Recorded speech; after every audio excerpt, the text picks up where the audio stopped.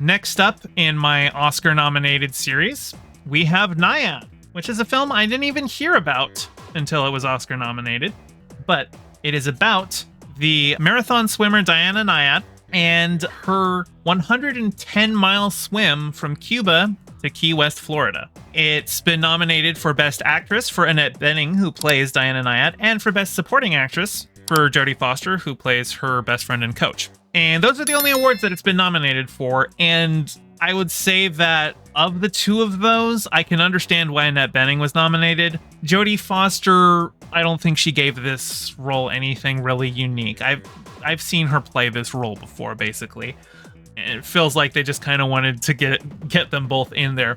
Annette Bening does a pretty phenomenal job of becoming this character.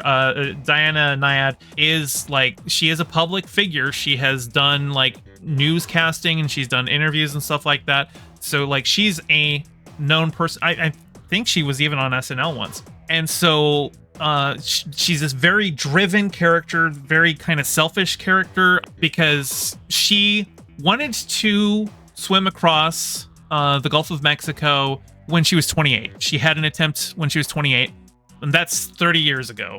The film starts and she's 60, and she decides, you know what? I'm going to try it again. And the film is about her multiple attempts. She fails several times. But what the film is not about is the reality of what went on there. The film depicts it as she's the first person to ever swim across, except that there's two other people who have done it in real life before her. And not only that, but her attempt is not even certified by the governing bodies. We have here a message from the World Open Water Swimming Association. When this film Nyad came out, they put out an article talking about the issues with her swim. Having received Diana Nyad's submissions for official swim ratification twice, we also would like to provide perspective on Netflix's upcoming film Nyad, featuring Annette Bening and Jodie Foster. It is important for viewers to understand that this film is based on Diana Nyad's book, which has not been rigorously fact-checked. There is a potential risk that audiences might perceive this docudrama as a fully factual account of Nyad's swim from Cuba to Florida. And I can leave this article as a link in the description of the video. TLDR, they haven't been forthcoming with giving data about the verification. They did not have independent observers for the entirety of the swim. Guinness World Records revoked the record for it, and it just seems like they have been very dodgy about actually certifying this swim, which she claims is the first swim, even though it's the third. And even though there is a section right around the middle of the swim where they seem to have lost tracking data, and it seems to be around the time that her previous attempts failed at. The implication being that they think she might have swum up to on the boat, which would have disqualified her to get a break or get medical attention or something like that. There are a lot of risks involved in such a swim. There's obviously just exhaustion, there's dealing with the sun, there's sharks, there's jellyfish. She actually is stung twice by jellyfish and has to, they have to come up with a whole new suit that she can put on to protect her from box jellyfish stings, because box jellyfish stings, they're not a thing that you can build up immunity to. Actually, the more you're stung, the more likely it is to kill you. Lucky Otter says, is she a grifter? That is, I don't want to make any definitive statements on that, but she is a very braggadocious individual, and in the past claims that she has made about other accomplishments of hers had been found to be exaggerated. So when you watch this movie, if you watch this movie, just be aware that what you're watching is Diana Nyad's own narrative of her swim. So don't treat it as a factual film.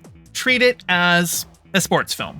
And when you look at it from that perspective, it's pretty formulaic.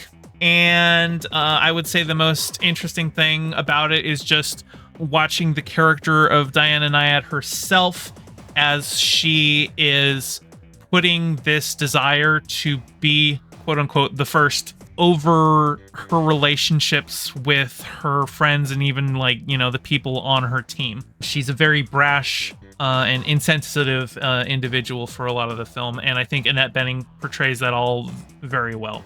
But the film ends with a montage of the real Diana Nyad going on to all sorts of different talk shows and stuff like that. And that was actually the first, like, inkling that I got that I'm like, you know, maybe I need to look up the actual story here. Because anybody who is that media savvy, that media hungry, and claims that she's the first to do it when there were two people who did it before her. Now, she will say that the two attempts before her were done in shark cages, which means that those are not counted as unassisted swims. Those would be assisted swims, because they weren't swimming in the open ocean. They were swimming inside a water cage that was attached to a boat. Whereas for her, they had like this whole system where they had like kayaks set up, triangulating around, that created like an electrical field that would discourage sharks from approaching. So because of that, she was swimming in the open ocean.